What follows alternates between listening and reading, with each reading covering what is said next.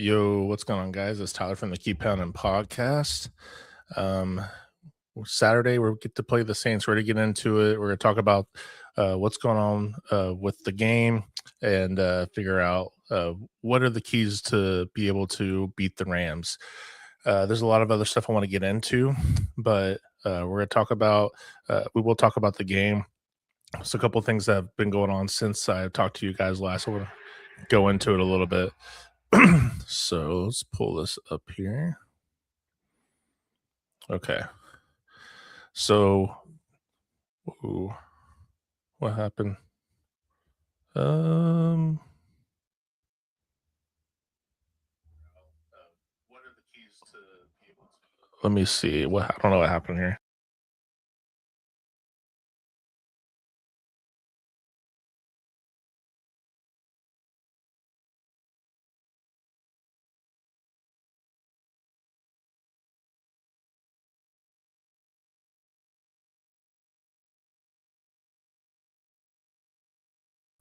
There we go. That was weird. Okay, mine. I just had a. It wasn't me. It was just. It wasn't the stream. It was me. Okay.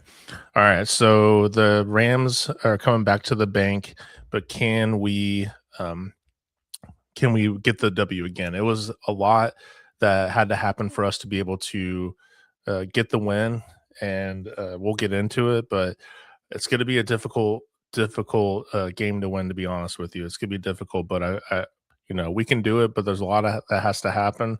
The Rams, they were and kind of are Super Bowl favorites. Them and the Seahawks, I think those are going to be the two. Those are the two big teams in the NFL right now. So it's obviously possible for us to beat the Rams. The Falcons beat the Rams week 17. So, it's possible for sure, but um, let's get into it. All right. So a couple of firings since we talked to you last. So Harbaugh, he was fired after 18 seasons with Baltimore. He had, and I found this really surprising. The guy has been a very successful coach. 13 seasons, he's made the playoffs, he's won a Super Bowl, and I'm not a Ravens fan. I don't know, like if there's like turmoil between the coach and the owner, or what's going on. I heard rumors about supposedly the owner wanted him to fire the offensive coordinator and he declined, and so don't know if all that is true or not. But to me, looking at this, who is better? Who are you going to hire that's better than Harbaugh? Harbaugh has proven to be a winner. I mean, you had the quarterback that was out for at least 6, 7, 8 games, a good close to half the season. I mean, is it his fault that the kicker missed a 38-yard field goal? So I found this very, very surprising. Um, he's going to be the hot coach on the market. He's going to be the guy that a lot of people are going to want to hire. So I really hope the Falcons don't get him. I can see the Falcons going for him. Tampa Bay hasn't released or fired Todd Bowles. Tampa Bay could grab him. Supposedly there's a report out there that he had 7 teams reach out to him right at when it was announced that he got fired. So you got the Raiders that let go of Pete Carroll. You got who was the other one? The Cardinals, they fired Jonathan Gannon. The Browns, they fired Kevin Stefanski. That's another person I wouldn't really like to have in Atlanta as well. So, but Harbaugh is going to be, I feel like that's going to be the coach that's going to get hired first, and the chips will kind of fall from there. So, I could see him go with the Raiders. I think they have the first overall pick, if I'm not mistaken. They got all that cap space. I can see Tom Brady, trying to reach out to him and make that move. But the Raiders have been notorious about not being patient and always making the right hires. And I feel like, again, I'm not a Raiders fan, but do they really allow the coach and the GM to cook and get things going, or are they impatient? They seem like a very impatient franchise. So if I was Jim Harbaugh, unless I had a lot of guarantees as far as what he's able to do when he's hired, I don't know if I don't know if I would go to Vegas, to be honest with you. I think the Falcons is probably the most attractive spot right now. Maybe New York, but with New York, you got to deal with the fans. So We'll see. But that was a big surprise. Pete Carroll, I think he's going to be done. I don't see him getting rehired anywhere. Uh, you have Raheem Morris that was fired as well. I personally would not mind seeing Raheem if we end up letting go of Evero, having him as our defensive coordinator. Uh, Atlanta has a really good defense, and I think he's a little bit obviously more aggressive than Evero. I think that would be a good match. I wouldn't surprise me though for the Evero haters out there, and I can kind of be up and down with Evero as well. We could get better, but we could also get worse. But I honestly could see Evero get an extension. He's in his last year of his contract. We'll see what happens, but you know, um, it would not surprise me if we extend them. I know a lot of people may not want to hear that, but it would not surprise me at all if we extend Evero. But if we don't, Raheem Morris is on top of my list as far as hiring. I've heard reports of Robert Saleh getting some uh, interest with head coaching jobs. Evero, I think, could get a interview or two, but I just don't see him being hired as a head coach. I don't think he's done enough this season to do it. Even though like he went from the worst defense in the NFL last year to this year being middle of the pack, if not a little bit better than mid. So, and that's without a pass rush and a very inconsistent offense. So we'll see. Well, okay. So this is whoops. Look, I think all of us. So I want to go over this. This is we got a lot of haters with the Panthers making the playoffs. We got a lot of haters. Even our own fans are haters right now, it seems. We have a lot of people that are hating that we're 8-9 and we're in the playoffs. The rules are the rules. People are hating because they're not Panther fans. So, oh, you shouldn't be in the playoffs if you're 8-9. Well, would you be saying that? Tampa Bay was 8-9 several years ago when Tom Brady took them to the playoffs. You didn't hear people complaining then because it was Tom Brady. Now it's the Panthers. Now people want to complain. So, this is another. You have Mickey Loomis over here, little dumbass freaking GM, horrible. And then you have Kellen Moore, but we have a little hater here. I wanted you guys to hear this. Every guy with every team, whether it's a coach or GM, thinks they have a vision for how they can win their division, regardless of how strong or weak you may think it is. So we're going to approach it the same way. Hey, how do we improve enough to win the division? And we don't want to just win the division. I mean, we don't want to be an 8-8 or 8-9 winning team in the division. We want to win the division, be dominant, and have a chance to make a run in the playoffs. So that's. Well, let me tell you what, Mickey Loomis, we won the division fair and square. We won the division. It wasn't just handed to us. We didn't just start the season we were NFC South champs. We won the division, and we had it fair and square with tiebreakers. Like it or not, we're the NFC South champs. So, and where are you at, Mickey? Where are you at, Mickey? All the way at the bottom of the division. We got. I just hate the Saints more. Yeah, hater mode. You're not good enough to talk trash. So you got a lot of haters out there. He's one of them, and a lot of Panther fans say that we don't deserve to be in the playoffs. Well, we do, because given the rules, we won the division. So, like it or not, the way that we won it, sure, I would have loved to beat Tampa. The refs were absolutely horrible during that game, but we won the division fair and square. So saw that. And then there's another thing I saw on Twitter as well that I'm really excited about. I want to share this with you guys here. I remember in 2003, we had our playoff game here. I remember those towels waving around. That's my dream for this organization.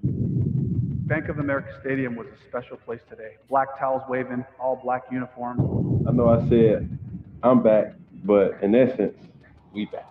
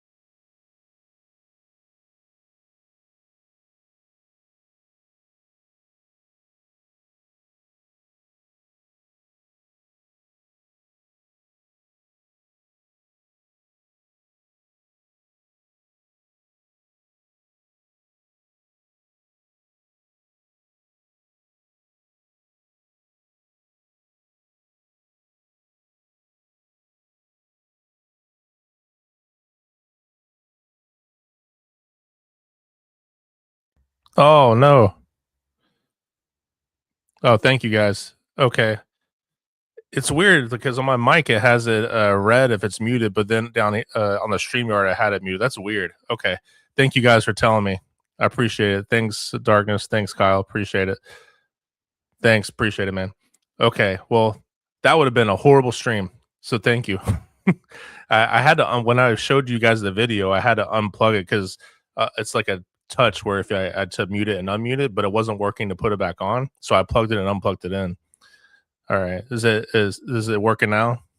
No stuttering? Okay, cool. Cool. All right. Appreciate it.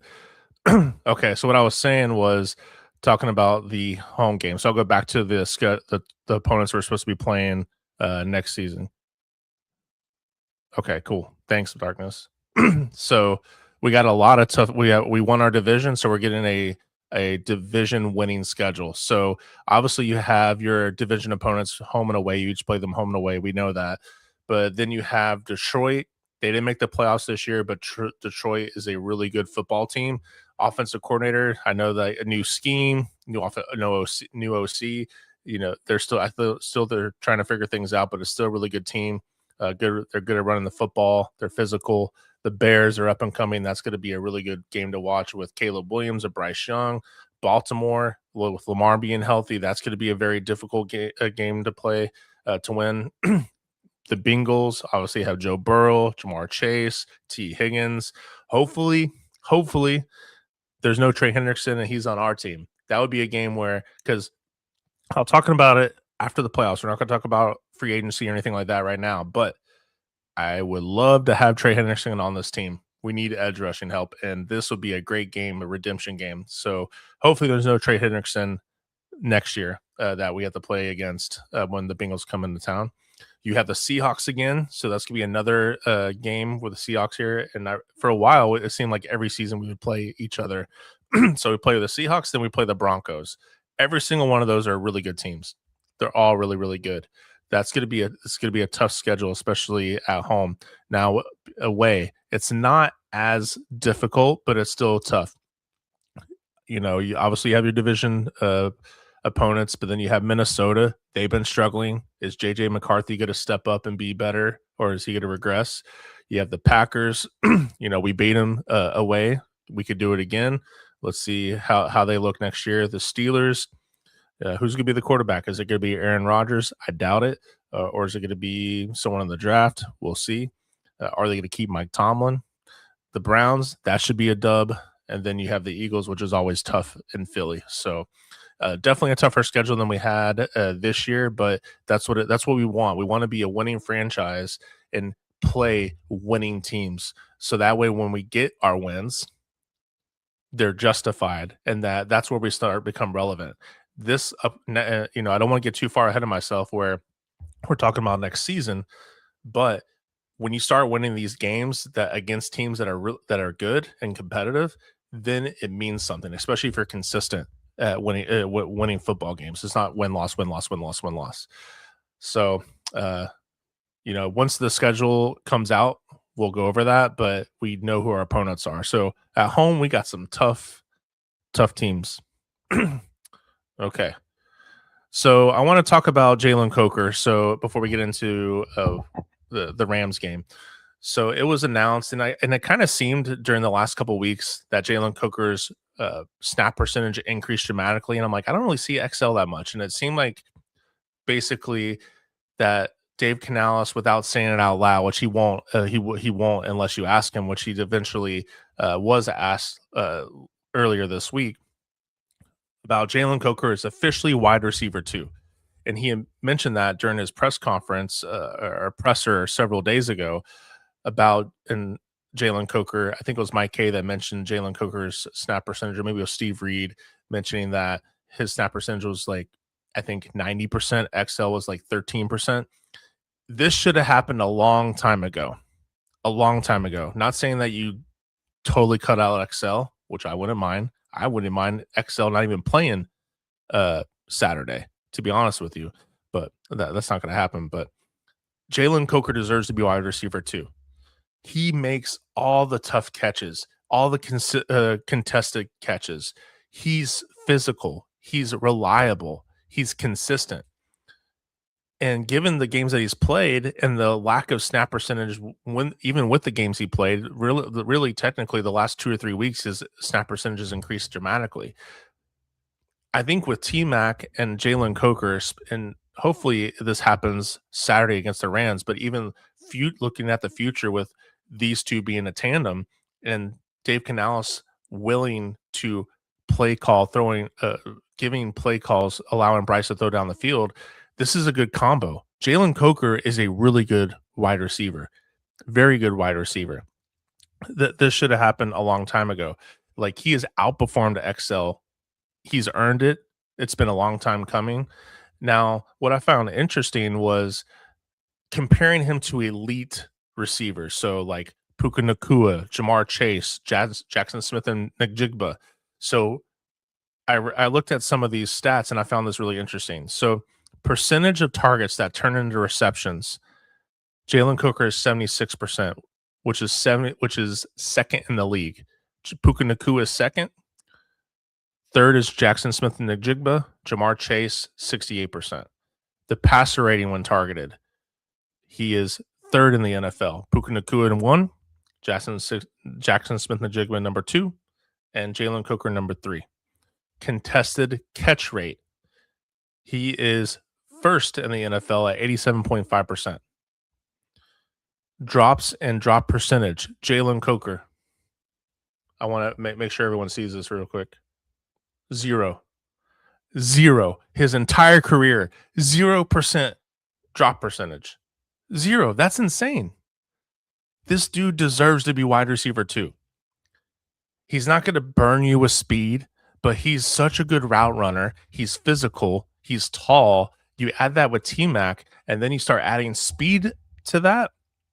This offense looks really, really good. And we'll get into the specifics of what the offense needs to do to win the game. But with Jalen Coker being wide receiver 2 and taking most of the snaps, this offense is going to get better. Bryce is going to get better. So I'm really happy for Coker. This should have happened beginning of the season, like at least after like week 3, 4. But this is a long time coming. And this is great. This is what's going to be happening next season. So let's talk about the injury report. So you have defensive tackle Deshaun Wharton was a full participant Tuesday's practice. Wharton, he's missed the last 4 games of the regular season with the hamstring injury where he was questionable last week, but ultimately he didn't play versus the Bucs. That's the one where he stepped on somebody's foot and tweaked his hamstring. Like, you can't make this stuff up. This guy has been, I think, out at least 50% of the season, if not more. You have, so hopefully with Bobby Brown out, because with Bobby Brown, he's on the he's in the concussion protocol from last week's game versus the Bucs. He was limited. He had a walkthrough, didn't really practice, but he has to be cleared by an independent neurologist in order for him to return. So Wharton, it's going to be really important that Wharton, and it sounds like he's going to be able to be ready to play, but with Bobby Brown, it looks like he's going to be out. It's really important that Deshaun Wharton is able to come in. And when he's been in, he's been pretty good. Bobby Brown's been pretty good too, but if we can't be without Wharton and Bobby Brown. You have Claudin Sherless. He was a full participant with the calf ankle injury. You have Robert Hunt. He was a full participant. He hasn't came back from injury or IR yet. It still can happen. They still have Chandler Zavala that did come back from IR. But what I feel like has happened is they're obviously going to try to see, can Robert Hunt be able to come back? And it's not just can he play a little bit, can he play a whole game? And that's what Dave Canales alluded to earlier this week, is we don't want to have him come in and play a quarter, 2 quarters, or a half. He needs to play the whole game. Can he physically do that? So they've been testing him and seeing. It sounds like a little bit more than 50-50, kind of like 60-40. It sounds like he's optimistic. He was saying today during talking to Sheena Quick in the locker room, he seemed pretty optimistic, but it's not official yet. So it's going to be, hopefully he can get back in, because that's going to be a huge upgrade versus Austin Corbett. Huge upgrade. So we'll see what happens. They created a couple roster spots here. They got rid of Hunter Renfrow, Damani Richardson. They released, hopefully he kind of signs back, maybe gets on the practice squad, because I really like Damani Richardson. He was a really good special teams guy. He, I thought, was going to start over Nick Scott, but Nick Scott's been getting better. But I really thought he was to take over the starting job this earlier in the season. But Nick Scott stepped up during training camp, and Damani Richardson's been riding the bench and just doing special teams. But that they have now activated David Moore, and obviously with that second roster spot, it's either going to be Robert Hunt or Chandler Zavala. So it's going to be one of the guards. So if Robert Hunt is able to go, they're going to activate him and put him on the roster. If he's not, then Chandler Zavala is going to be on the active roster. So I want to get into what do we need to do. First I want to kind of get into the Rams and what to expect from the Rams.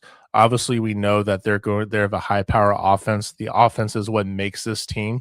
The offense is their bread and butter, right? If we're able to minimize and take away what the offense is doing, we can win this football game. But their offense, Matthew Stafford is league and NFL MVP candidate. This guy is obviously the real deal. He's been playing really good, yet he did have a bad game against us. And before that, prior to that game, he did have a really good season thus far. But then once he played us, he obviously had 2 interceptions, had a forced fumble at the end of the game. The 2 interceptions, one of them was a pick six, but between the 2 interceptions, it was a 14-point swing. But before that, he only had 1 interception with Detroit, and then after us, they played Atlanta. I think it was week 17, and Atlanta beat them. And it was he had 3 interceptions in Atlanta. So, can we get Matthew Stafford? We need to get pressure on him. Now, he's really good against pressure. He's good about getting the ball out quickly. He's really good at quick throws. He's typically under duress and under pressure, he's able to get the ball out within 2.5 seconds. He's 13 of 16, 3 touchdowns, 121 yards. So it's not just getting pressure, but being able to hit him, get him uncomfortable, right? And he's even good against the blitz. He's not as good against the blitz, but he's 8 of 14 with 94 yards, 3 touchdowns. But this efficiency really allows the Rams to punish pressure late in games. So you can deliver the pressure, but Matthew Stafford is able to capitalize on that. But can we create turnovers? Turnovers are going to be something that we need to have in order to win this football game. We cannot have any turnovers. And we'll kind of get into the keys of how to win this game in a little bit, but we have to create turnovers. We have to. He has the second best passer rating in the NFL with 109.2. He has his career best touchdown interception ratio at 46 touchdowns, only 8 interceptions, and he leads the NFL in passing yards. So this is somebody that is, a candidate for league NFL MVP. Again, this offense is one of the best offenses, if not the best offense in the whole NFL. It's going to be a tough task for us to be able to beat these guys, but can we minimize the explosive plays? Can we keep players, again, Evro's philosophy is bend, don't break, but let's not bend a lot. So this is going to be something where it's going to be a tough task to get Matthew Stafford rattled. Yeah, again, he had like not before us, he had 9 straight weeks without an interception. So if he can take care of the football, this is going to be a very tough game to win. We have to win the turnover battle. We have to create opportunities for turnovers. We have to. And then obviously with Stafford, he's got multiple weapons. He has the best, if not the best, one of the best, if not the best, deepest offensive groups. But Puka Nacua, obviously the focal point, ranking second in the league with receiving yards. He has over 1,700 receiving yards. That's insane. Even though when we played against him, I believe we averaged I think he averages like 121 yards a game, something like that. I think maybe 130 yards.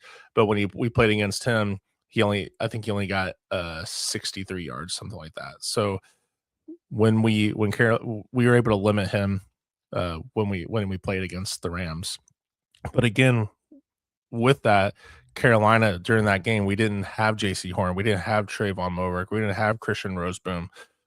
So we have a lot of players that we're adding to the defense. But again, you also have Devontae Adams. He destroyed us week 13 against the Rams. He is the league leader with 14 reception touchdowns. He missed the final weeks with a hamstring injury. Excuse me, with a hamstring injury, but is expected to play Saturday. So, I was kind of hoping, not that you want a player hurt, but I was hoping that the injury would linger a little bit. But with Puka Nacua and Devontae Adams in there healthy, that's going to be tough. And remember, they have a really good tight end group. You have Tyler Higbee, Colby Parkinson. They had a really big game last week against Arizona, where they had a total of 127 yards combined with 3 touchdowns. So we have seen, especially early in the season, a struggle against tight ends. With Christian Roseboom being liability in coverage, they'll have Shaw Smith Wade covering a tight end, Nick Scott covering a tight end, and it's never really successful. So we'll see. Is David Moore the same person that was with the Seahawks? No, I think, but with David Moore, he is reliable. Like, I honestly think that, to be honest with you, my personal opinion and preference, well, more of a preference, not opinion, I would like Excel not to play and David Moore play, because I know with David Moore, he can make those tough catches. I trust David more than I do Excel. And going into the season, I didn't want David Moore to make the team because that took away reps and snap percentages from Coker and Excel. But now with Coker being legit number 2, David Moore can come back. He can be wide receiver 3 or wide receiver 4. I really hope they get. Yeah, I'll talk more about that in general. But yeah, I think David Moore is. I don't think he's the same exact guy, but he's Mr. Old Reliable. We better double cover Puka. Mike Jack's good, but this man does the oh man. And that catch with Puka Nacua, with that one-handed catch against Mike Jack, that was perfect coverage. Like, these guys, as specifically Puka, they're going to get their plays. Like, we can't get mad if they get like a 30-yarder, 40-yarder. They're going to get these plays. They're the best offense in the NFL right now. They're going to get their plays, but can we minimize the impact, right? Can we make them one-dimensional? Can our defense be able to stop the running game and just so that way they're in these 3rd and longs? And that's what we did last time, and when we played them. There was a few explosive plays that the running back had. I forget his name, but we were able to minimize the run plays. So they were in 3rd and longs. They're in predictable passing downs. So that way we're able to play a little bit more aggressive, if you will. But they're going to get their plays. They're just too good. They're really good. And you have Stafford. You have Sean McVay. That's a really good play caller. They're going to get their plays. We just have to minimize them, make them one-dimensional, and get them in obvious passing downs, and we have a shot to be able to get can we get these guys off the field a couple, can we get a couple 3-and-outs? Can we create a turnover? Doing that and then playing efficient offensive football, that's the key of winning this game. Now, their defense, again, their defense is their weak link. They're a decent defense. Don't get me wrong. The defense is good at generating pressure even without blitzing. The Rams frequently win with 4-man rushes. They're really good up front. Now they have they have Kobe Turner, Jared Verse. Those guys, they rank I believe they're top 10 in QB pressures. They specifically create pressures at an elite rate. I think they're top 5 in the NFL. I believe it's roughly just under 40% pressure rate, which is really good. But their secondary really struggles. That is their weak link. And their defense overall can be inconsistent, where the secondary has been inconsistent all year. But if their defensive line can get things going, they can be a tough defense. It can be tough for Bryce in that offense to score points. But if we can get them kind of not, Dave Canales has to be unpredictable. He's got to be willing to take some shots down the field. He's got to be, we can't be too predictable this game. We want to play smart. We got to be able to run the ball. We have to run the ball this game. I really want, honestly, the way that Rico's been playing, I think you have to start Chuba to be honest with you, because Rico just seems like he's hurt. Now, he posted on TikTok like he's ready to, be the old Rico. But given the way things have been going, he hasn't been that reliable Rico that we've seen. We haven't. Just haven't. But I think you have to get this running game going early. You have to. If you don't, we're going to be again too predictable. If we get too predictable like we have against the Seahawks last time, the way we were against the 49ers, when you come predictable against a decent defense like this, you're not going to win. We have to be unpredictable. We have to be efficient. We have to execute. It's not just Dave Canales with good play calling. We have to execute too. So we have to get the running game going early, get chunk yards, get us in third and manageables. We have to be better on third down. Third down has been very difficult for us.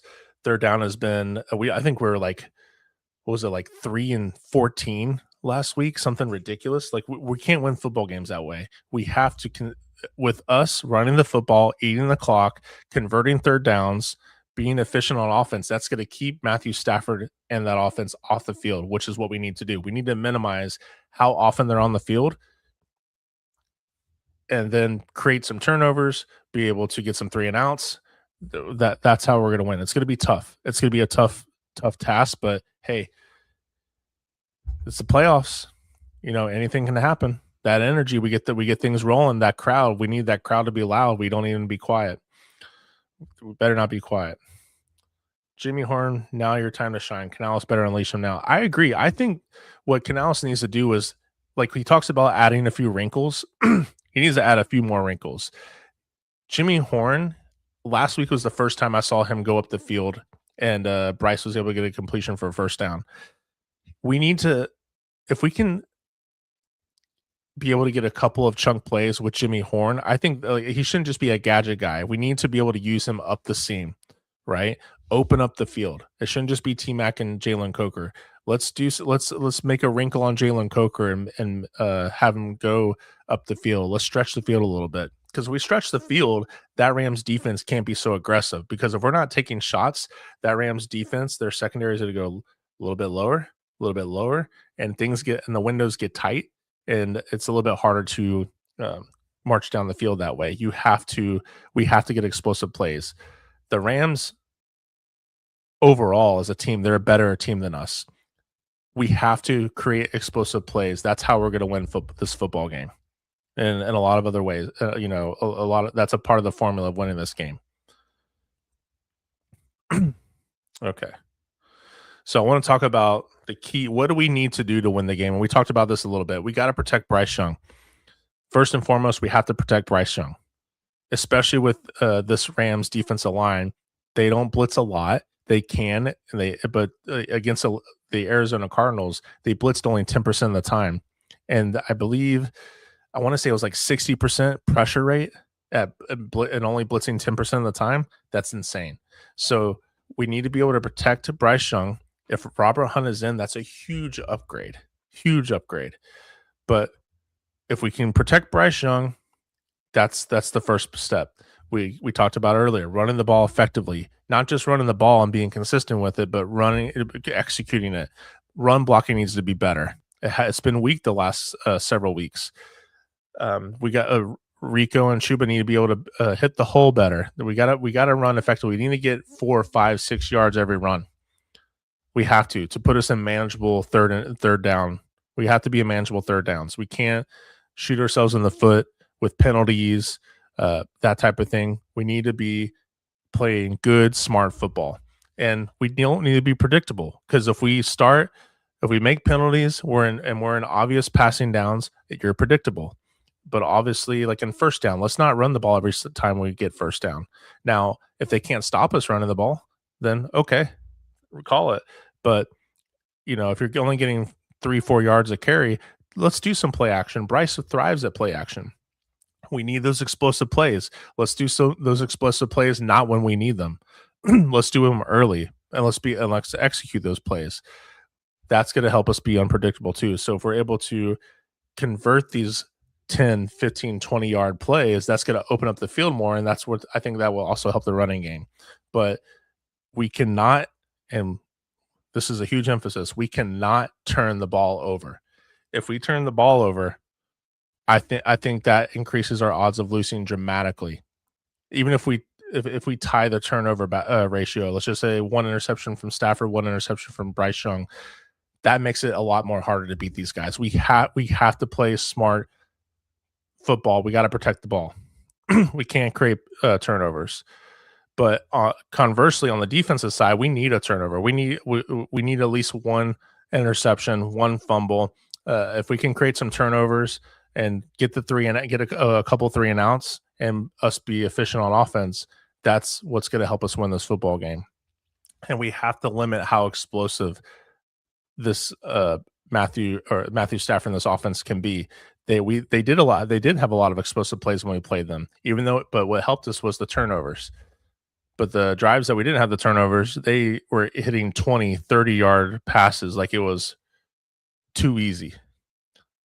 But if we can get a couple sacks, we can get pressure on Stafford, get him uncomfortable, stop the run, make him one-dimensional, put him in obvious passing downs. We have a shot to win this game. So it's going to take a lot for us to win this game. This is one of the Super Bowl favorites, if not the Super Bowl favorite, right? So them and the Seahawks. This is a tough task, but we beat them. It can be done. There's that we have to have that formula to do it, but it can be done. So I'm excited. We're gonna have family over, be grilling, gonna have some IPAs. Yeah, I'm ready for it. But we made it to the playoffs, guys. We are hosting a playoff game. Never thought I was going to be able to say that this year. We're hosting a playoff game. So I'm obviously going to be mad if we lose. I don't want us to lose. But if we lose, this is still a win in my book. We made the playoffs. Whether you like how we made it or not, we made the playoffs. And we made it a year before before expectations. So everyone wanted us to be competitive this year. We were inconsistent, but we're competitive. Besides the Buffalo game, the Patriots game, we've been competitive. But now, can we get a playoff win? We can win the Super Bowl. You do 100 right now. If you do $100 bet, you can win $1,500. That's the odds right now. So we'll see. But if you guys haven't already, hit the like button, hit the subscribe button, hit the notification bell, leave a comment. Let me know what your thoughts are about what needs to be done in order for us to win the game. And who do you think needs to have a big game in order for us to win?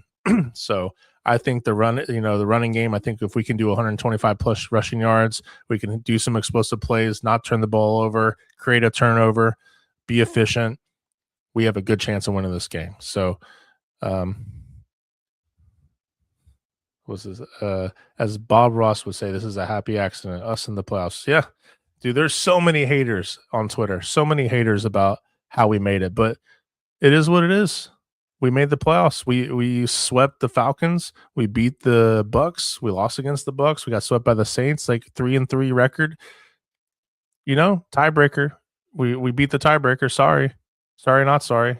That's the way it goes. So once you're in the race, once you're in the dance, you have a chance to win. So we'll see. But again, hit the like button, guys. Hit the notification bell. Subscribe to the channel. And we'll see what happens Saturday. I'll probably go live Saturday night, go over the game. But appreciate you guys tuning in and watching. And see you on the next time.